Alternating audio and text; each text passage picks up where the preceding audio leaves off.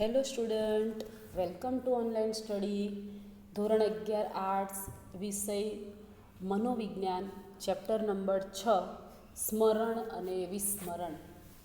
ચાલો વિદ્યાર્થી મિત્રો, સ્મરણ અને વિસ્મરણ, યાદ રાખવાની પ્રક્રિયા અને ભૂલી જવાની જે પ્રક્રિયા જે છે તેના વિશે હવે આગળ વાત કરીએ. અત્યાર સુધીને યાદ રાખવાની પ્રક્રિયા વિશે વાત કરી, વિસ્મરણ વિશે પણ થોડી ઘણી ચર્ચા કરી, બરાબર છે. હવે સ્મૃતિ અવરોધ, આગળનો ટોપિક આપણો પેજ નંબર 70 ઉપર સ્મૃતિ અવરોધ. સ્મૃતિ એટલે કે યાદ રાખવાની પ્રક્રિયા, અને એ પ્રક્રિયાની અંદર અવરોધ એટલે કે એ પ્રક્રિયાની અંદર અવરોધ આવવો, કંઈક વિઘ્ન આવવો, એ જે પ્રક્રિયા છે એ સ્મૃતિ અવરોધ. કે યાદ રાખવાની પ્રક્રિયાની અંદર જે વિઘ્નો આવે છે, જે અવરોધ આવે છે, એ અવરોધરૂપ બાબતો જે છે એના વિશે ચર્ચા કરીએ. સ્મૃતિ અવરોધને વિસ્મરણનું સૌથી મોટું કારણ ગણવામાં આવે છે. તો યાદ રાખવાની જે પ્રક્રિયા છે એ પ્રક્રિયામાં અવરોધરૂપ જો કોઈ કારણ હોય તો તે વિસ્મરણ એટલે કે ભૂલી જવાની પ્રક્રિયા, બરાબર છે. યાદ રાખવાની પ્રક્રિયાની અંદર આપણે વિઘ્ન આવતું હોય તો કયું વિઘ્ન આવે તો કે ભૂલી જવાની પ્રક્રિયા, વિસ્મરણ જે છે એ સૌથી મોટું મહત્ત્વનું કારણ ગણવામાં આવે. કારણ કે આપણે ભૂલી જઈએ વસ્તુ, જે તે વસ્તુ જે છે એને કંઈક યાદ રાખવાનું છે, એક પ્રશ્નનો જવાબ આપણે યાદ રાખવાનો છે, એમાં અવરોધ શું આવે છે તો કે જે ભૂલી જવાની પ્રક્રિયા છે, જે ભૂલી જઈએ છે, આપણી જે યાદશક્તિ કદાચ ઓછી હોવાને કારણે આપણે ભૂલી જતા હોઈએ, અથવા તો બીજા અનેક કારણો જવાબદાર હોઈ શકે. તો જે ભૂલી જવાની પ્રક્રિયા જે છે એ સૌથી મોટું કારણ આપણે કહી શકાય, એ એક સૌથી મોટો અવરોધ છે. સ્મૃતિની પ્રક્રિયાની અંદર વિસ્મરણની પ્રક્રિયા જે છે એ સૌથી મોટો અવરોધ કહેવાય. સમજાયું વિદ્યાર્થી મિત્રો? જો કોઈ શીખેલી બાબત કે માહિતી ઉપર પહેલાંનું કે પછીનું શિક્ષણ અવરોધરૂપ બને છે તો તેની આપણા વર્તમાન શિક્ષણ ઉપર ખૂબ વિપરીત અસર પડે છે. તેને અવરોધ કહેવામાં આવે છે. જો કોઈ શીખેલી બાબત કે માહિતી હોય તે પહેલાંનું કે પછીનું શિક્ષણ અવરોધરૂપ બને છે તો તેની આપણા વર્તમાન શિક્ષણ ઉપર ખૂબ જ વિપરીત અસર પડે. આપણી પાસે કોઈ શીખેલી બાબત હોય, કોઈ માહિતી હોય, અને એ માહિતી પહેલાંનું કે પછીનું શિક્ષણ હોય એ જ્યારે અવરોધરૂપ બને, એ વિઘ્નરૂપ બને, ત્યારે આપણે વર્તમાનના શિક્ષણ ઉપર એની અસર પડતી હોય છે. નેગેટિવ, વિપરીત એટલે કે ખોટી અસર પડતી હોય છે. તેને અવરોધ કહેવામાં આવે છે અને તેને વિઘ્ન કહેવામાં આવે છે. એટલે કે આપણે કોઈ પણ માહિતી પ્રાપ્ત કરી છે, કંઈ પણ વસ્તુ શીખ્યા છે, એ માહિતી પહેલાં એ માહિતી આપણી પાસે પહેલાંની હોય અથવા તો પછીની હોય, એ જ્યારે આપણે કંઈક શીખતા હોઈએ ત્યારે અવરોધરૂપ બને, ત્યારે એની અસર આપણા વર્તમાન ઉપર પડતી હોય છે. પાસ્ટની જે બાબતો છે, ભૂતકાળનું જે શિક્ષણ છે, એ જ્યારે અવરોધરૂપ બને તો એની અસર સીધી શેના ઉપર પડે? વર્તમાન ઉપર. અને વર્તમાન ઉપર જ્યારે વિપરીત અસર પડે ત્યારે આને આપણે શું કહેવાય? અવરોધ કે વિઘ્ન કહેવાય. હજી આપણે આગળ ચર્ચા કરીશું ડિટેલમાં. અવરોધ સમયની દ્રષ્ટિએ આગળ કે પાછળ એમ બંને રીતે થતો હોય જે સ્મૃતિને અસર કરે. અવરોધ જે છે, વિઘ્ન જે છે, એ કેવો છે કે સમયની દ્રષ્ટિએ, સમય જે પ્રમાણે સમય છે, સમય અનુસાર એ પહેલાં કે પછી ગમે ત્યારે એ વિઘ્ન ઊભો કરે, અને એ પછી શું કરે? આપણી યાદ રાખવાની શક્તિ જે છે, સ્મૃતિ જે છે, એને અસર કરતો હોય છે. હવે અવરોધના બે પ્રકાર જોઈએ, પૂર્વ ક્રિયા અવરોધ અને બીજો છે અનુક્રિયા અવરોધ. તો પૂર્વક્રિયા અવરોધ કેવો હોય, એ વિઘ્ન કેવું હોય? તો પહેલાં સંગ્રહિત કરેલી માહિતીને યાદ કરવાની આપણી શક્તિમાં નવું શિક્ષણ કે અનુભવો અવરોધરૂપ બને તો તેને પૂર્વક્રિયા અવરોધ કહેવાય.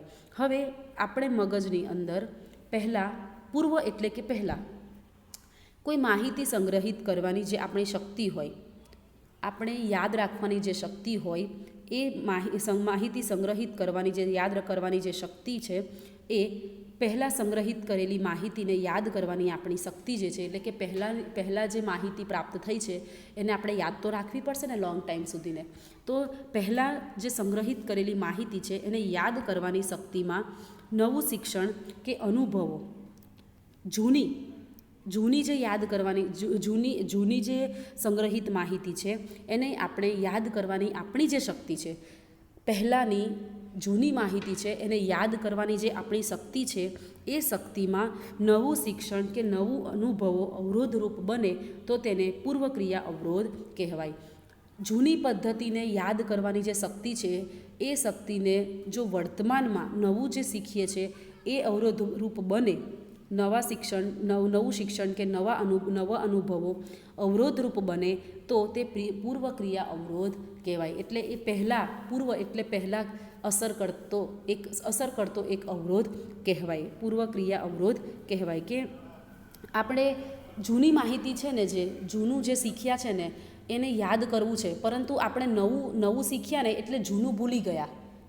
ટૂંકમાં સમજાણું કે આપણે પહેલાં કંઈક શીખ્યા છે, એક દાખલો પહેલાં શીખ્યા છે, પરંતુ શું થાય છે આપણી સાથે, તો આપણે જ્યારે નવો દાખલો શીખીએ છીએ, નવી રીત શીખીએ છીએ એટલે પહેલી જે રીત છે એ શું થાય છે આપણા મગજમાંથી નીકળી જાય છે. એક જ દાખલાની, અથવા તો એવું પણ થઈ શકે કે એક જ દાખલાની બે રીત આપણે શીખ્યા હોય. પહેલાં એક જૂની રીત શીખ્યા હોય, પછી આપણે જ્યારે નવી રીત શીખીએ ત્યારે જૂની યાદ રાખવાની જે શક્તિ છે એ શક્તિને અવરોધરૂપ બને. કઈ બાબત અવરોધરૂપ બને કે આપણે જ્યારે નવું શીખીએ છીએ ત્યારે શું થાય છે, જૂનું ભૂલી જઈએ છીએ. ત્યારે જ્યારે આપણે જૂની રીત ભૂલી જઈએ છીએ તો એને આપણે કહી શકાય કે પૂર્વક્રિયા અવરોધ. પહેલાં જે શીખેલી બાબત છે એમાં અવરોધ આવ્યો એમ આપણે કહી શકાય. જેમ કે પહેલા તાસમાં મનોવિજ્ઞાન શીખ્યા હોય, આપણે ટેક્સ્ટબુકનું ઉદાહરણ જોઈએ, અને બીજા તાસમાં સમાજશાસ્ત્ર શીખીએ તો સમાજશાસ્ત્રના શિક્ષણને કારણે મનોવિજ્ઞાનના શિક્ષણની બાબતો આપણને ઓછી યાદ રહે તો પૂર્વક્રિયા અવરોધ થયો એમ કહેવાય. બરાબર છે. હવે પહેલા પીરિયડમાં આપણે શીખ્યા મનોવિજ્ઞાન, પછી બીજો પીરિયડ આવ્યો સમાજશાસ્ત્રનો અથવા તો ઇતિહાસનો. ચલો તો હવે એ શીખ્યા, બીજા પીરિયડમાં આપણે શું શીખ્યા, સમાજશાસ્ત્ર. તો સમાજશાસ્ત્ર શીખ્યા ને એના કારણે આપણે મનોવિજ્ઞાન અડધું ભૂલી ગયા. મનોવિજ્ઞાનનું પહેલા પીરિયડની અંદર આપણે 30-35 મિનિટની અંદર જે શીખ્યા હતા એમાં આપણે 15 મિનિટનું મનોવિજ્ઞાનમાં શું શીખ્યા, થોડીક બાબતો યાદ રહી, બીજી બાબત આપણે ભૂલી ગયા. તો આ જે થયું એ શું થયું, આ આપણને ઓછી યાદ રહે તો આને શું કહેવાય, આપણે પૂર્વક્રિયા અવરોધ થયો એમ કહેવાય. હવે મેં તમને સોમ મંગળ બુધ મનોવિજ્ઞાનના લેક્ચર મૂક્યા.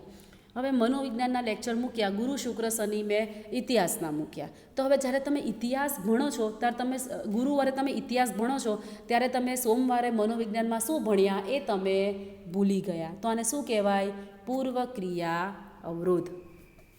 આવા અવરોધની અસર ઓછી કરવા શું કરી શકાય. હવે આપણે એમાંથી સોલ્યુશનમાંથી આ પ્રોબ્લેમમાંથી નીકળવું તો પડશે ને, કારણ કે આપણે તો આખા 12 વાગ્યા સુધીમાં આપણે 7 થી 8 પીરિયડ ભણવાનું છે. તો એવું થોડું ચાલશે કે આપણે એક પીરિયડનું યાદ રાખીએ અને બીજાનું ભૂલી જઈએ, પછી ત્રીજાનું યાદ રાખવા જઈએ તો ચોથાનું ભૂલી જઈએ. એ તો આપણા માટે નુકસાનકારક છે. તો એક્ઝામ તો આપણે બધાની આપવાની છે, બધા સબ્જેક્ટની આપવાની છે, તો એ તો યોગ્ય ન કહેવાય. એટલે આપણે શું કરવું પડશે, આને દૂર કરવું પડશે. તો આને દૂર કરવા આપણે શું કરશું, તમને જાણીને નવાઈ લાગશે કે આપણે જે કંઈ પ્રવૃત્તિ કરીએ છીએ તેમાં આપણી ઊંઘ પૂર્વ લીધેલા શિક્ષણને ઓછામાં ઓછી અસર કરે છે. સ્મરણ અંગેના આરંભકાળના એક અભ્યાસમાં જેકિન્સ અને ડેલેનબાકે 4 પ્રયોગપાત્રોને અર્થહીન પદોની યાદ કરાવી. આમાંના 2 પ્રયોગપાત્રોને મોડી સાંજે યાદ કરીને પછી તેઓ સૂઈ ગયા, જ્યારે બાકીના 2 પ્રયોગપાત્રોને સવારમાં સમયમાં યાદીને યાદ કરીને પછી પૂરા દિવસ દરમિયાન પોતાની રોજબરોજની ક્રિયા પ્રવૃત્તિઓ કરી. સંશોધકોએ બંને જોડીઓના પ્રયોગપાત્રોમાં ધારણનું માપન 2, 4 અને 8 કલાકે કર્યું તો માલુમ પડ્યું કે યાદી શીખ્યા પછી પૂરતી ઊંઘ લીધી તે પ્રયોગપાત્રોનો ધારણાનો આંક ઊંચો હતો, અને ઊંઘ લેનાર પ્રયોગપાત્રો 8 કલાક પછી 50 થી 60% યાદ રાખી શક્યા, જ્યારે રોજબરોજની પ્રવૃત્તિ કરનાર પ્રયોગપાત્ર માત્ર 10 કે 15% જ યાદ રાખી શક્યા. હવે જુઓ, આપણે જે આવા અવરોધો છે એને દૂર કરવા માટે શું કરી શકાય, તો એના માટે એક પ્રવૃત્તિ આપી છે જે આપણને ખૂબ નવાઈ લાગે એવી છે. જો આપણે જે તે બાબતોને વ્યવસ્થિત રીતે યાદ રાખવી હોય તો એના માટે એક અગત્યનું પરિબળ જો એ અસર કરતું હોય તો એ ઊંઘ છે. જ્યારે વ્યક્તિને પૂરતા પ્રમાણમાં ઊંઘ મળે તો એ જે તે બાબતો છે એને બહુ સરસ રીતે એ વ્યવસ્થિત રીતે યાદ રાખી શકે છે. અને જે વ્યક્તિ ઊંઘ નથી લેતો, સરખી ઊંઘ નથી કરતો, એ વ્યક્તિને 10 થી 15% યાદ રહે છે, અને જેને પૂરતા પ્રમાણમાં ઊંઘ મળે છે એ વ્યક્તિ બધી જ બાબતોને 50 થી 60% જેટલું યાદ રાખી શકે છે.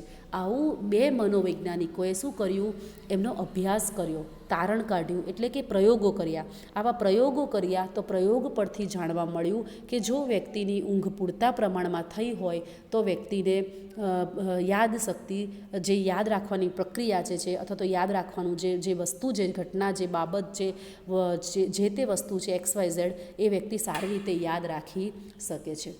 હવે તમે એક્ઝામની અંદર આખો દિવસ વાંચવાચ કરો, આખી રાત વાંચવાચ કરો, પણ તમે સરખી ઊંઘ ના લો તો એ પણ યોગ્ય કહેવાય નહીં. એટલે થોડું સવારમાં વહેલા ઉઠીને વાંચવું, એવું આપણને પેરેન્ટ્સ કહેતા હોય છે.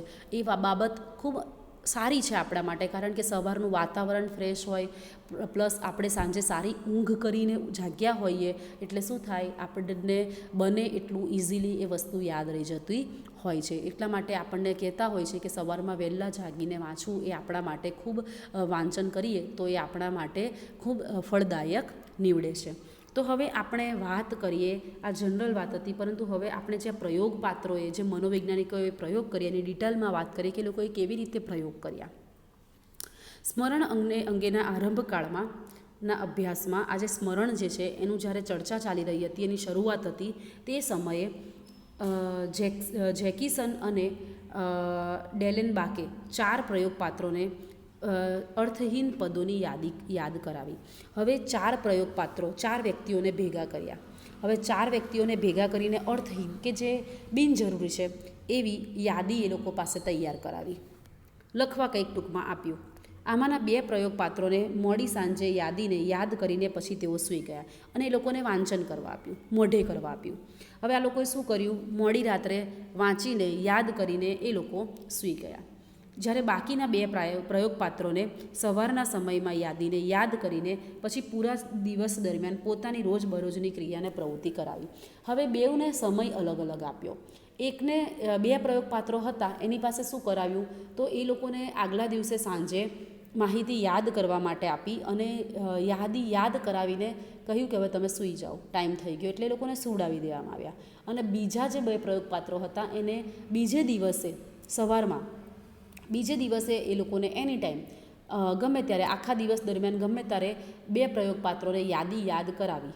અને પછી દિવસ હતો એટલે એ લોકોએ શું કર્યું, યાદ કરીને, મોઢે કરીને એ લોકોનું જે તે વર્ક હતું એ વર્ક એ લોકોએ આખો દિવસ દરમિયાન એ લોકોની પ્રવૃત્તિ એ લોકોએ કરી. એટલે કે 2 વિદ્યાર્થી મિત્રો, મારી પાસે 4 વિદ્યાર્થી મિત્રો છે, એમાંથી 2 વિદ્યાર્થી મિત્રોને હું સાંજના સમયે 2 પ્રશ્નો મોઢે કરવા માટે આપું છું.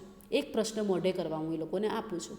હવે 2 વ્યક્તિ જે છે એ 2 મારા સ્ટુડન્ટ શું કરશે, રાત્રે પ્રશ્નોના જવાબો મોઢે કરીને એ સૂઈ જશે.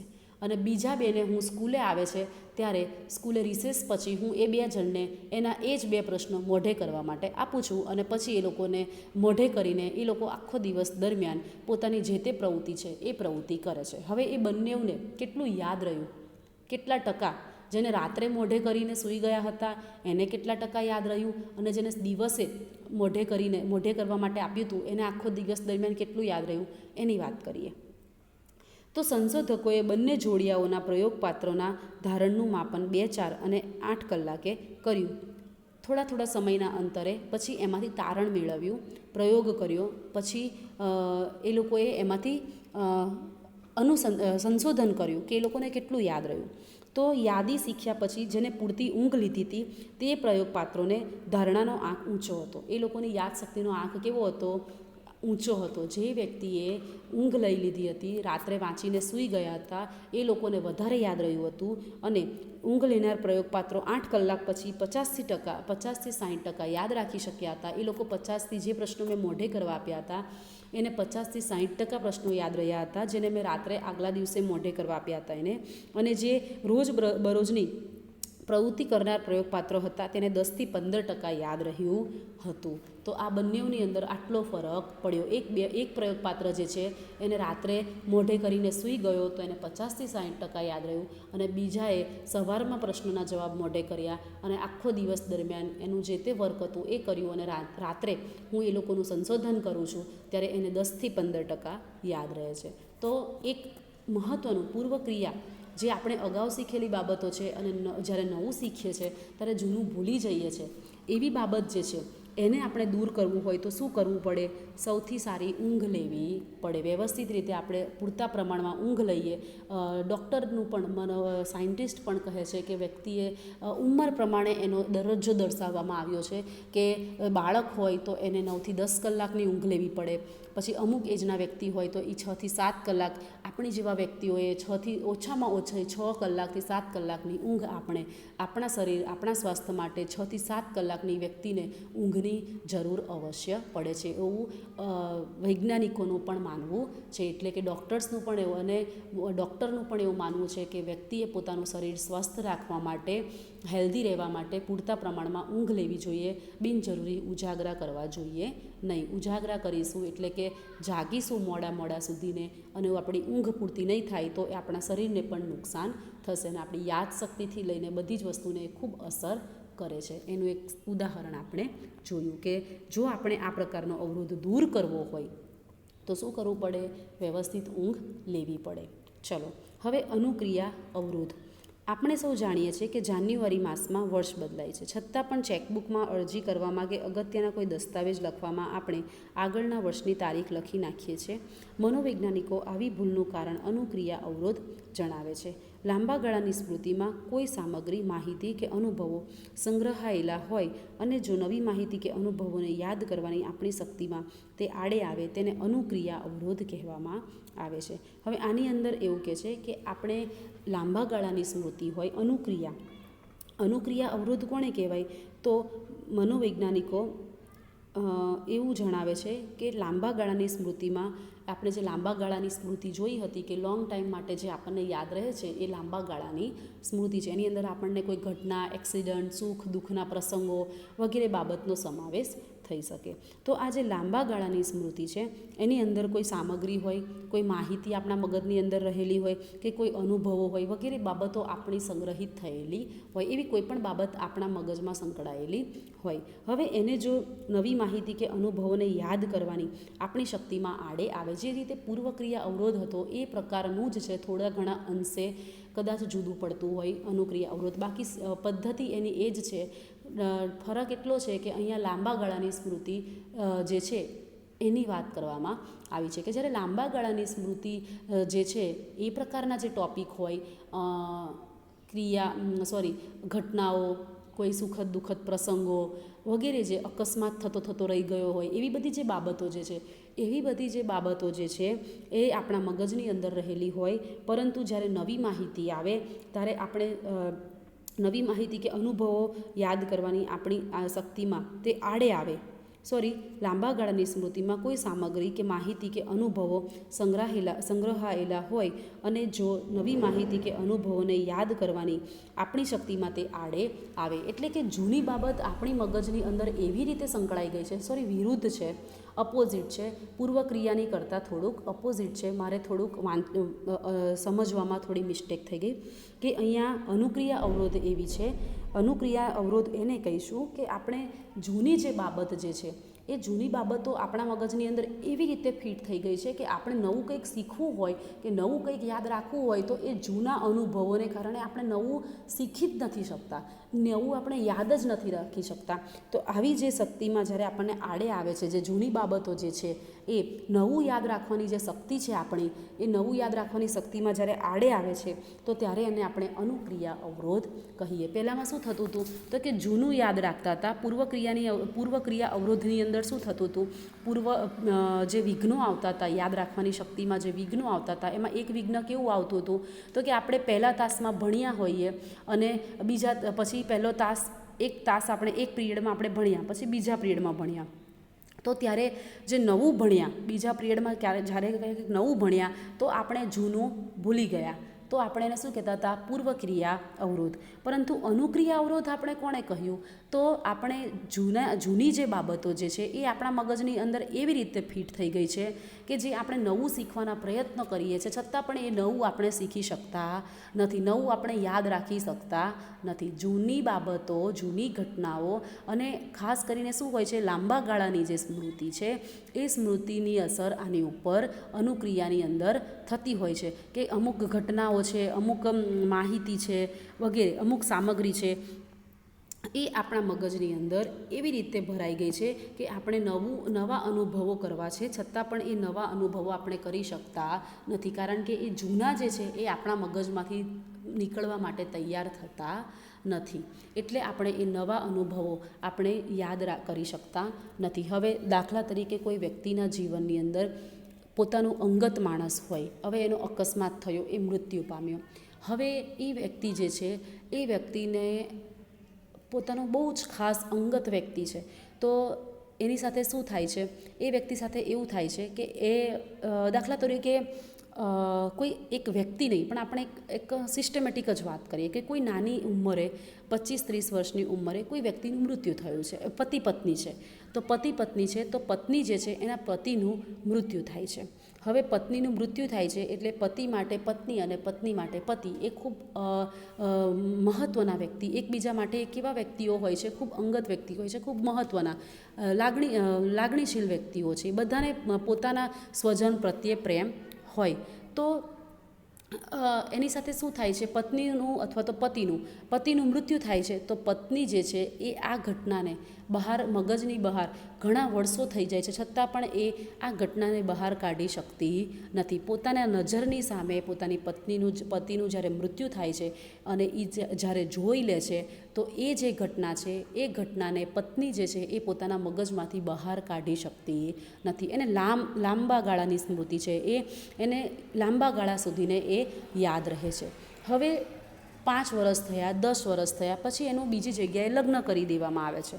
તો લગ્ન કરી દેવામાં આવે છે પત્નીનું, તો એ પત્ની જે છે એ પોતાના નવા પતિ સાથે ગમે એટલું કોશિશ કરશે સારી રીતે રહેવાની, છતાં પણ એને એના જે મૃત્યુ પામ્યા છે એ જે પતિ છે એની યાદ એને નવા પતિ સાથે એને સેટ થવા માટે, નવા પતિ સાથે ખુશ રહેવા માટે શું થાય છે, એને અવરોધરૂપ આવતા હોય છે. એટલે કે એના પતિ સાથે એની લાગણી એવી જોડાયેલી છે કે એ ગમે એટલા પ્રયત્નો કરે છે નવા પતિને પતિ તરીકે એક્સેપ્ટ કરવાના ગમે એટલાય પ્રયત્ન કરે છે, પરંતુ એના મગજમાંથી એ બાબત જે પહેલાંના જે પતિ હતા એ પતિની જે યાદ છે, એ પતિ જે છે એ એના મગજમાંથી નીકળતા નથી. તો આ પ્રકારની ક્રિયા જે છે એ અનુક્રિયા અવરોધ કહેવાય.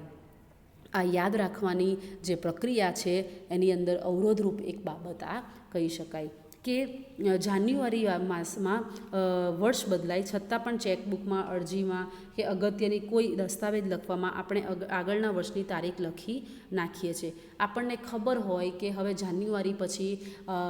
જાન્યુઆરીમાં વર્ષ બદલાઈ ગયું છે, આપણે લખવામાં આવી નાની મોટી મિસ્ટેક કરતા હોય છે. 2020 ચાલતું હોય ને 2019 લખી નાખીએ, 2019 ચાલતું હોય તો 18 લખી નાખીએ. ટૂંકમાં આપણે આવી બધી બાબતોમાં ભૂલ કરી નાખતા હોઈએ છીએ.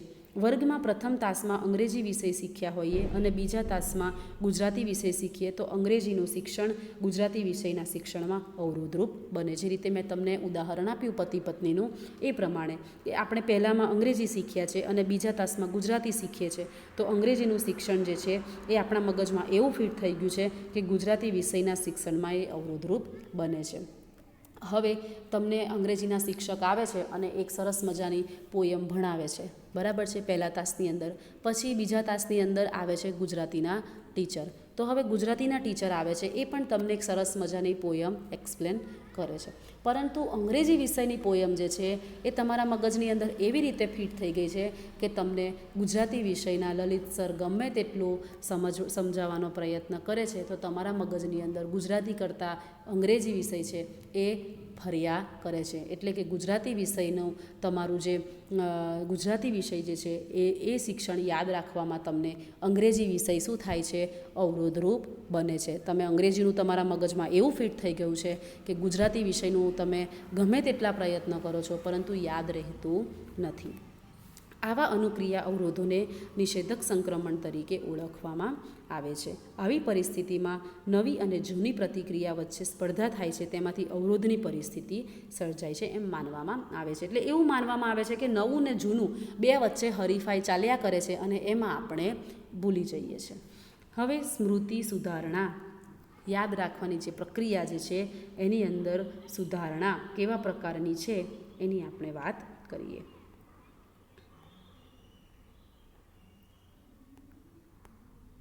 ચાલો આપણે આપણી સ્મરણ શક્તિને કઈ રીતે વધુને વધુ ઉન્નત બનાવી શકીએ, સ્મૃતિ સુધારણા માટે વધુને વધુ પ્રયોગો કરવામાં આવ્યા છે. હવે આપણી જે સ્મરણ શક્તિ છે, યાદ રાખવાની પ્રક્રિયા છે, એને આપણે વધુમાં વધુ કેવી રીતે સ્ટ્રોંગ બનાવી શકીએ, ઉન્નત બનાવી શકીએ, એટલે વધુમાં વધુ સારી બનાવી શકીએ, એના માટે વધુને વધુ પ્રયોગો કરવામાં આવ્યા છે. આપણે વધારેમાં વધારે યાદ રાખી શકીએ એના માટે શું કરવું, તો એના માટે ઘણા બધા પ્રયોગો કરવામાં આવ્યા છે.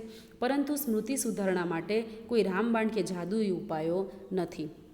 જો ગમે તેટલા પ્રયત્નો કરવામાં આવે છતાં એના માટે કોઈ એવા રામબાણ કે જાદુઈ ઉપાય કોઈ એવા છે નહીં કે આપણે બધાને, નહીં તો હું તમને બધાને એવા રામબાણ ઉપાય બતાવી દઉં. મારી પાસે તમે જેટલા છો એ બધાને હું જો એવો કંઈક મારી પાસે જાદુઈ ઉપાય હોય તો હું તમને બધાને બતાવી દઉં, તો તમે બધા એ મારા જાદુઈ ઉપાયનો ઉપયોગ કરી અને તમે સરસ બધા પહેલા નંબર, બધાનો ફર્સ્ટ રેન્ક આવી જાય, બધાને બધું જ યાદ રહી જાય, કોઈનાથી આગળ પાછળ જાય નહીં, બધાના 80માંથી 80, 50માંથી 50 માર્ક્સ આવે એક્ઝામમાં, બરાબર છે. એટલા માટે એ વસ્તુ પોસિબલ નથી. ઘણા લોકોના મુખે સાંભળવા મળે છે કે બદામ ખાવાથી યાદશક્તિ સુધરે છે. આપણે બધાએ તમે બધાએ સાંભળ્યું છે કે સવારમાં બદામ ખાઈએ તો શું થાય, યાદશક્તિ વધે. જે વાત તદ્દન સાચી ન પણ હોય, બરાબર, એ વાત બધાને લાગુ ન પણ પડે. બદામ છે, કાજુ છે, ડ્રાયફ્રૂટ, જે તે ડ્રાયફ્રૂટ છે એ શું છે, એ આપણા શરીરને પ્રોટીન આપે છે, શરીર માટે એ ખૂબ ફાયદાકારક છે.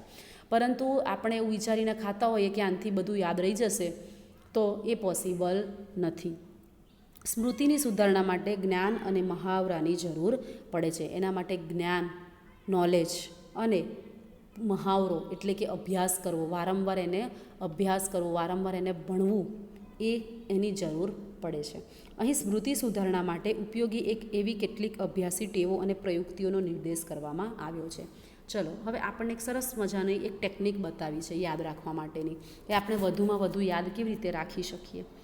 તો ગોઠવણી, એમાં જે ટેકનિક આપણને યાદ રાખવાની, જે સ્મૃતિ યાદ રાખવા માટે જે સુધારા કરવાની જરૂર છે તમારે ને મારે ને આપણે બધાએ, કે ઓછા સમયમાં આપણે વધુમાં વધુ યાદ રાખી શકીએ, એના માટે આપણે શું કરવું. તો અહીંયા પહેલો એક પ્રયોગ છે ગોઠવણી. ગોઠવણીમાં શું આવે, તો જે તે બાબત યથાસ્થાને હોવી એનું નામ ગોઠવણી. આપણે જે કંઈ શીખ્યા હોઈએ તેની પુનઃપ્રાપ્તિ લાંબા ગાળાની સ્મૃતિમાંથી કરીએ છીએ. લાંબા ગાળાની સ્મૃતિમાં સામગ્રી કે માહિતીને સંગ્રહિત કરવા માટે ગોઠવણી થતી હોય છે અને તે જ રીતે આપણે તેને યાદ રહેતી હોય છે. દાખલા તરીકે કોઈ આપણને 12 માસના નામ પૂછે તો તરત જ આપણે કારતક, માગસર, પોષ, મહા એમ બોલવા માંડીએ છીએ. એ જ રીતે ABCDEFG HIJK વગેરે, જાન્યુઆરી, ફેબ્રુઆરી, માર્ચ, એપ્રિલ, મે, જૂન વગેરે. આમ આ રીતે ગોઠવણીના રૂપમાં જ યાદ રાખી શકીએ છીએ. જે કાંઈ માહિતી આપણે શીખવી છે તેની ચોક્કસ રીતે વ્યવસ્થા કે ગોઠવણી કરીએ તો તે ખૂબ મજબૂત ટેકો આપે, આપણી યાદશક્તિને ખૂબ મજબૂત ટેકો આપે. હવે આપણી પાસે જે તે માહિતી છે એ માહિતીને જો આપણે આ રીતે ક્રમવાઇઝ ગોઠવી નાખીએ તો શું થાય, તો આપણે બહુ ઇઝીલી એ વસ્તુને યાદ રાખી શકીએ. આપણે નાના હતા ત્યારે આપણે શીખવાડતા હતા, બરાબર છે, ગાયને એ કડે 1, બ ગળે 2, કમલનો ક, ખલનો ખ, એમ આપણે શું કરતા, કવિતા સ્વરૂપે આપણે યાદ રાખતા. A for Apple, B for બોલ. તો આવી રીતે આપણે શું કરતા, એને વ્યવસ્થિત રીતે ગોઠવી નાખ્યું છે. તો જ્યારે આપણે આવી જે તે વસ્તુ જે છે એને ગોઠવીને જ્યારે દર્શાવીએ છીએ ત્યારે શું થાય છે, એ આપણને બહુ જ ઇઝીલી યાદ રહી જાય છે. અને આપણે જે કંઈ શીખ્યા હોય તે પુનઃપ્રાપ્તિ લાંબા ગાળાની સ્મૃતિમાંથી કરીએ છીએ. લાંબા ગાળાની સ્મૃતિમાં માહિતીને સંગ્રહિત કરવા માટે ગોઠવણી થતી હોય છે. આપણે જે પણ સ્મૃતિ છે, જે તે સ્મૃતિ છે, જે પણ યાદ રાખવાની વસ્તુ જે છે એને શું કરીએ છીએ, તો લાંબા ગાળાની સ્મૃતિમાં યાદ રાખીએ છીએ. કારણ કે આપણે લોંગ ટાઈમ, જાન્યુઆરી, ફેબ્રુઆરી આપણે સિનિયર કે જુનિયર કેજીમાં શીખ્યા હતા તો હજી આપણને યાદ છે. જાન્યુઆરી, ફેબ્રુઆરી, આપણને કહેવું નથી પડતું જાન્યુઆરી પછી ફેબ્રુઆરી જ આવે, ફેબ્રુઆરી પછી માર્ચ આવે. આપણને ખબર જ છે કે જાન્યુઆરી પછી ફેબ્રુઆરી, ફેબ્રુઆરી પછી માર્ચ. હવે એ વસ્તુ આપણે ક્યારે શીખ્યા હતા, બહુ લાંબા ગાળે, એટલે કે બહુ સમય થઈ ગયો. આપણે શીખ્યા હતા સિનિયર જુનિયર કેજીમાં, અને આજે આપણે 11માં ભણીએ છીએ, 15-16 વર્ષના છે, છતાં પણ આપણને એ વસ્તુ યાદ છે. એટલે કે આ કેવું છે, લાંબા ગાળાની સ્મૃતિ છે. અને એ લાંબા ગાળાની સ્મૃતિને જો આપણે બહુ જ સરસ રીતે યાદ રાખવી હોય તો આપણે તેને ગોઠવી નાખવાનું. કોઈ પણ વસ્તુ હોય તેને ગોઠવી નાખવાની. તો ગોઠવી નાખીશું તો એ બહુ ઇઝીલી તમને ને મને યાદ રહી જશે. દાખલા તરીકે નીચેની વિગતો વાંચો અને કેટલી યાદ રહે તે કાગળ પર લખો. એક પ્રયોગ દર્શાવ્યો છે. બટેટા, કોકા કોલા, બરફી, લિપસ્ટિક, કેળું, અત્તર, કાંદા, સફરજન, લીમકા, ધારી, ગાજર, ક્રીમ, પેપ્સી, દ્રાક્ષ અને ગુલાબજાંબુ. તમે જોશો કે તમને ઉપરની માહિતીને યાદ રાખવામાં મુશ્કેલી પડશે. હવે અહીંયા શું કર્યું છે, બધી જ વસ્તુ છે આમાં. શાકભાજી છે, 2-3 શાકભાજી છે, 1-2 સફરજન, કેળા વગેરે ફ્રૂટના નામ પણ આપ્યા છે.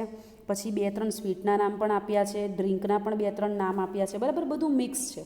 હવે આ વાંચીને તમને યાદ કહેશે કે તમે કાગળ ઉપર લખો.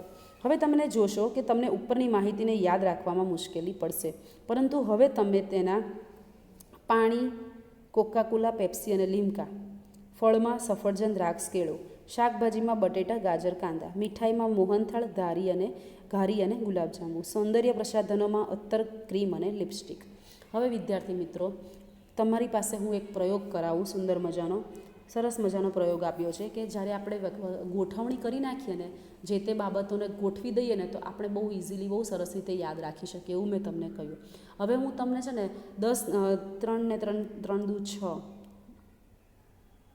15 શબ્દો છે અહીંયા મારી પાસે, પણ 15 શબ્દોની અંદર પીણા છે, ફળ છે, શાકભાજી છે, મીઠાઈ છે, સૌંદર્ય પ્રસાધનો છે, બધું જ છે. એને મેં છે ને તમને મિક્સ કરીને આપી દીધું અને મેં કીધું એકવાર વાંચી લો અને લખો. તો એમાં શું થશે, તમે લોકો ઘણું અડધું ભૂલી જશો. પરંતુ હું તમને એ ગોઠવીને આપું કે મેં તમને પીણા, સોફ્ટ ડ્રિંકના નામ મેં તમને કહ્યા છે, ડ્રિંકના નામ મેં તમને કહ્યા છે. તો ડ્રિંકમાં તમે વાંચો છો, એક વખત તમે વાંચો છો કે મેં બોર્ડ ઉપર લખ્યું છે. ચલો, ડ્રિંકમાં મેં કોકા કોલા, પેપ્સી ને લીમકા 3 રાખ્યા છે. ફળની અંદર મેં 3 ફળના નામ બોર્ડ ઉપર લખ્યા છે, સફરજન, દ્રાક્ષ, કેળું. અને શાકભાજીમાં પણ 3, મીઠાઈમાં પણ 3 અને સૌંદર્યમાં પણ 3. એમ મેં ડિવાઈડ કરી દીધા છે, અલગ અલગ બધી વસ્તુઓ. પહેલાં મિક્સ હતી અને મેં પછી તમને લખવાનું કીધું, અને હવે મેં તમને અહીંયા ગોઠવી દીધા છે અને ગોઠવીને મેં તમને લખવાનું કીધું છે. તો તમે ગોઠવેલા શબ્દોને 1 કે 2 વાર જોશો ને, વાંચો ને છતો, અને પછી તમે લખશો ને, તો તમને જે પહેલાં તમે મિક્સમાં મેં તમને લખવાનું કીધું ને, તો કદાચ તમને 5 થી 10, 15 હતા, તો એમાંથી તમને 6-7 જેટલા યાદ રહ્યા હોય.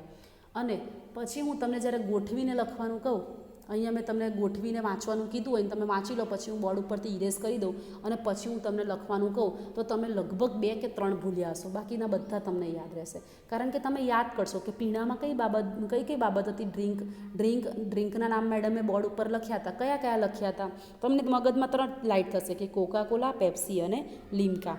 પછી તમને ફળ, તો તમને ફળ તરત જ યાદ આવશે કે મેડમે સફરજન, કેળું અને દ્રાક્ષ 3 નામ લખ્યા હતા.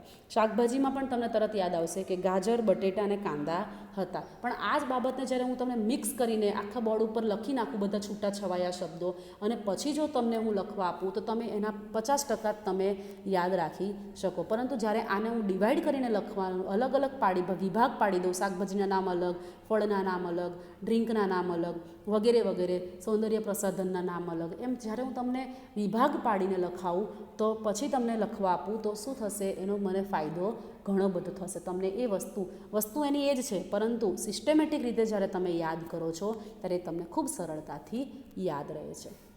તો આપણે યાદશક્તિ સુધારવા માટે સૌથી પહેલાં એક બાબત કરી શકીએ કે જે તે વસ્તુ આપણે યાદ રાખવાની છે, એને ગોઠવણી કરીને જો યાદ રાખીએ, તો એ બહુ ઝડપથી આપણને યાદ રહે.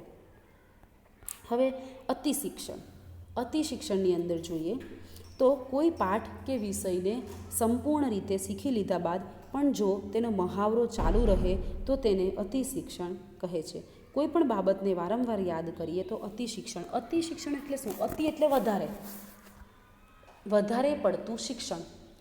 હવે કોઈ પણ પાઠને આપણે સંપૂર્ણ રીતે શીખી લીધું હોય અને તેનો અભ્યાસ આપણે ચાલુ રાખીએ, જો એનું અતિશિક્ષણ એક કહી શકાય કે આપણે શિક્ષણની ભાષાની અંદર આપણે એને કહી શકાય રિવિઝન. કોઈ પણ એક બાબતને આપણે શીખ્યા છે અને એનું વારંવાર રિવિઝન કરીએ છીએ, એટલે આપણા મગજની અંદર શું થશે, એ બહુ સરસ રીતે આપણા મગજની અંદર ફિટ થઈ જશે. પરંતુ આ પાઠ આજે મેં જુલાઈ મહિનામાં ચલાવેલો પાઠ હું સીધું એક્ઝામના આગલા દિવસે વાંચવા બેસીશ તો એ મને કશું જ આવડવાનું નથી. હું એનું બધું જ ભૂલી ગઈ છું.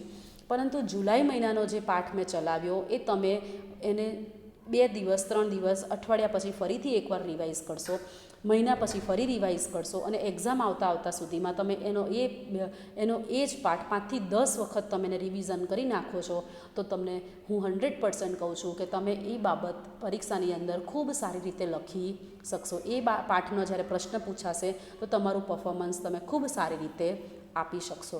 પરંતુ મેં આજે વાંચ્યો અને પછી 6 મહિના પછી જ્યારે હું ચોપડા ઉઘાડીને વાંચું છું અને પછી એક્ઝામ આપું છું તો એ ગમે એટલું હું હોઉં કે તમે હોવ, મેં ભણાયું હોય છતાં પણ હું પણ એટલું સારું પરફોર્મન્સ કરી શકું નહીં. હવે એવું કહે છે કે સંપૂર્ણ શીખી લીધા પછી જ્યારે તારો એને આપણે મહાવરો ચાલુ રાખીએ છીએ, એનું રિવિઝન ચાલુ રાખીએ છીએ તો એને કહેવાય અતિશિક્ષણ. અને વારંવાર યાદ કરીએ તો એ અતિશિક્ષણ કહેવાય. એટલે કે વધારે પડતું શીખવું, વધારે પડતું શિક્ષણ લેવું. જ્યારે એ બાબત આપણને વધારે ને વધારે આપણે અભ્યાસ કરીએ છીએ, વધારેમાં વધારે આપણે એને પુનરાવર્તન કરતા રહીએ છીએ તો એ બાબત આપણને યાદ રહે છે. આપણે ક્યારેક કહેતા હોઈએ છીએ કંઈક વસ્તુ આપણને કોઈ એક વાત કહી હોય તો આપણે શું કહેતા હોઈએ છીએ કે તું મને ફરીથી 2 દિવસ પછી પાછું યાદ કરાવજે ને, બરાબર છે. આપણે એક વ્યક્તિને કીધું હોય કે તારે આ મેસેજ પાસ કરવાનો છે, તારે આ વ્યક્તિને તારે મેસેજ કહેવાનો છે, એટલે એ કહેશે ઓકે હું કહી દઈશ, પણ તું એક કામ કરજે ને, મારે એને રવિવારે એને મેસેજ આપવાનો છે ને તો તું મને ફરીથી એક વખત ગુરુવારે ફોન કરીને યાદ કરાવી દેજે ને. તો એ શું છે? અતિશિક્ષણ છે ને, કે પુનરાવર્તન કરવું, અભ્યાસ કરવો, વધારે પડતું ફરીથી એને રિવાઇઝ કરવું તો આપણને શું થાય? એ સારી રીતે યાદ રહે. અભ્યાસોથી એવું પુરવાર થયું છે કે જ્યારે કોઈ વ્યક્તિ કોઈ વિષયનું અતિશિક્ષણ કરે તો તેનાથી પાઠનું સાહચર્ય ઘણું જ મજબૂત બની જાય છે અને શીખેલી બાબતોનું લાંબા સમય સુધીને સ્મરણ થાય છે. આ ખૂબ સાચી વાત છે કે અભ્યાસોથી એવું પુરવાર થયું, એટલે કે આના વિશે અભ્યાસ કરવામાં આવ્યા ત્યારે એક એવી બાબત જાણવા મળી કે કોઈ પણ વિષય હોય તેનું વ્યક્તિ જ્યારે અતિશિક્ષણ કરે છે, એટલે કે વારંવાર અભ્યાસ કરે છે તો તેનું સાહચર્ય, પાઠનું સાહચર્ય ઘણું જ મજબૂત બની જાય છે. તેનું જે કન્ટેન્ટ જે છે, સાહચર્ય જે છે, એ જે તે વસ્તુ સાથેનો જે સંબંધ છે એ મજબૂત બની જતો હોય છે અને શીખેલી બાબતો લાંબા સમય સુધીને યાદ રહે છે. હવે એક શિક્ષક છે, એ શિક્ષક જે છે એ છેલ્લા 10 વર્ષથી ગુજરાતી વિષય ભણાવે છે, બરાબર છે. અને 10 વર્ષથી અભ્યાસક્રમ જે છે એ ચેન્જ નથી થયો. એ જ્યારથી નવો અભ્યાસક્રમ આવ્યો છે એ ભણાવે છે અને એ જ અભ્યાસક્રમને આજે 10 વર્ષ થઈ ગયા. તો એ જે આ વર્ષે ભણાવવાનું ચાલુ કર્યું, એ કવિતા ભણાવી, પહેલી કવિતા એને ભણાવી છે તો શું થશે એની સાથે? જાગને જાદવા એ ભણાવે છે, કવિતા છે જાગને જાદવા ગુજરાતીમાં.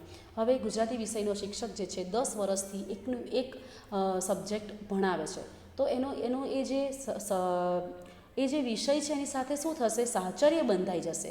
પછી એને આવતા વર્ષે પછી ફરીથી કવિતા ભણાવી હશે અથવા તો નવા સ્ટુડન્ટ્સ આવશે તો એને કવિતા ભણાવી હશે તો એને પાછું એનું એ કવિતાનું સારાંશ શું હતું કે કવિતામાં શું આવતું હતું એ બધું એને જોવું પડશે નહીં. કારણ કે વારંવાર રિવિઝન, છેલ્લા 10 વર્ષથી એ રિવિઝન કરે છે. એ 1 વર્ષ દરમિયાન એ ગુજરાતી વિષયને આખા વર્ષની અંદર એ 4 થી 5 વખત ઉથલપાથલ કરે છે એ સબ્જેક્ટની. છોકરાઓ સાથે એ સબ્જેક્ટ સાથે એ વારંવાર ચર્ચાઓ કરે છે તો એને નવા વર્ષે નવા સ્ટુડન્ટ્સ આવશે તો એ સ્ટુડન્ટ્સ માટે નવું હશે, એના માટે નવું હશે નહીં. એને જ્યારે ભણાવવું હશે તો એ ફરીથી એનો એ જ સબ્જેક્ટ એ ફરીથી રિવાઇઝ કરશે નહીં. એ શું કરશે? એને એ જે તે બાબતો છે, એક પાઠ, કાવ્ય, એ બધા એના મગજની અંદર ઘડાઈ ગયા હશે કારણ કે એને વારંવાર પુનરાવર્તન કર્યું છે, વારંવાર એને અભ્યાસ કર્યો છે, એટલે એને એ જ બાબતો વારંવાર શીખવી પડશે નહીં. એને એ બાબતોનું નોલેજ એને આવી જાય છે. આપણે જ્યારે પ્રાથમિક શાળામાં હતા તે જે ગીતો, કાવ્યો, પ્રાર્થનાઓ, આંખ કે પલાખા શીખ્યા તે મોટી ઉંમરે પણ બહુ સહેલાઈથી યાદ રહી જાય છે. આનું કારણ છે કે તે એ છે કે સામગ્રીનું અતિશિક્ષણ થયેલું છે. હવે આપણે ઘડિયા શીખ્યા હતા, બરાબર છે, નાના હતા ત્યારે 1st, 2nd, 3rd ભણતા, 1 to 5th આપણે જ્યારે ભણતા 1 થી 10 ધોરણ આપણે ઘડિયાને એવું બધું શીખ્યા હતા. તો ઘડિયાને એવું આપણે શીખ્યા હતા તો હજી પણ આપણને યાદ છે. એ ક્યારે યાદ રહેશે? કે એનું આપણે વારંવાર આપણે એને અભ્યાસમાં લીધા છે, 2 દુ 4, આપણને ખબર છે 2 દુ 4, કારણ કે આપણે એને વારંવાર એનું પુનરાવર્તન કર્યું છે. 3 તરી 9 જ થાય, પછી એને મારે 3 તરી 9 થાય કે નહીં એવું મારે પછી જોવા માટે હું 10 વર્ષ પછી કે હું કેજીમાં ભણી હતી એટલે હું અત્યારે 3 તરી 9 થાય એમ જોવા માટે મારે દેશી હિસાબ ખોલવો પડશે નહીં, કારણ કે મેં એનું પુનરાવર્તન વારંવાર કર્યું છે. પછી એવી રીતે અમુક પ્રાર્થનાઓ, અમુક ગીતો નાના હતા ત્યારે કેજીમાં જે આપણે બધું ભણતા હતા, 1 થી 5 ધોરણ, કેજીથી 1 થી 5 ધોરણ, જે તે બાબતો XYZ બાબતો આપણે શીખ્યા હતા એનું આપણે વારંવાર પુનરાવર્તન કરતા. બાળ મંદિરમાં હતા ત્યારે રોજ આપણને ગીતો ગવડાવતા, શિક્ષકો આપણને ગીતો ગવડાવતા, તો આપણે રોજ આખું વરસ એ ગીતો ગાયા હોઈએ એટલે આપણે વારંવાર એનું પુનરાવર્તન કર્યું છે એટલે આપણે એને ભૂલી જઈશું નહીં. એટલે પુનરાવર્તન કરવું એ એક બહુ મહત્ત્વની બાબત છે. એ એવું નહીં કે આ ગીતોની આ તો એક ઉદાહરણ મેં તમને આપ્યું કે આપણે નાના હતા ત્યારે જે વારંવાર ગીતોને એવું ગાતા એનું બહુ પુનરાવર્તન કર્યું છે એટલે આપણે હવે એને આજીવન ભૂલી શકવાના નથી. પરંતુ તમારે કોઈ પણ વસ્તુ, તમારે તમારા સબ્જેક્ટ રિલેટેડ તમે અભ્યાસ કરો છો, તમે વાંચન કરો છો, તો તમે એકના એક પ્રશ્નો જે છે એને તમે 4 થી 5 વખત અથવા તો વારંવાર તમે વાંચશો ને તો એ તમને ક્યારેય મગજમાંથી નીકળશે નહીં. તમે બહુ સરસ રીતે એને યાદ રાખી શકશો અને એક્ઝામમાં બહુ સારી રીતે તમે ભણી શકશો. એટલે રિવિઝન જે છે એ બહુ મહત્ત્વની બાબત છે. સારું રિઝલ્ટ લાવવા માટે રિવિઝન એ ખૂબ અગત્યની બાબત છે. હવે આ વિષયના અભ્યાસીઓ એમ કહે છે કે જો આપણે કોઈ પણ સામગ્રીનું અતિ અધ્યયન કરીએ તો સામગ્રીને વધારે સારી અને દીર્ઘકાળ એટલે કે લાંબા સમય સુધી યાદ રાખી શકીએ છીએ. કોઈપણ માહિતીને યાદ રાખવા માટે લઘુત્તમ મહાવરા કરતાં જેટલો મહાવરો વધુ તેટલું શિક્ષણ આપણને અસર કરે છે. બરાબર છે વિદ્યાર્થી મિત્રો? તો અહીં એવું કહે છે કે કોઈપણ માહિતીને લઘુત્તમ એટલે થોડો મહાવરો હશે તો એને આપણે બહુ સરળતાથી સારી રીતે એને યાદ રાખી શકીશું નહીં. પરંતુ જેટલો મહાવરો વધુ કરીશું, જેટલું પુનરાવર્તન વધુ કરીશું, જેટલો અભ્યાસ વધુ કરીશું એટલું આપણા અભ્યાસમાં અસર કરશે. એટલે કે રિવિઝન કરીશું, જેટલું રિવિઝન વધારે કરીશું એટલું આપણને ઉપયોગી એ થશે. અંતરીકૃત વિરુદ્ધ સળંગ પદ્ધતિ.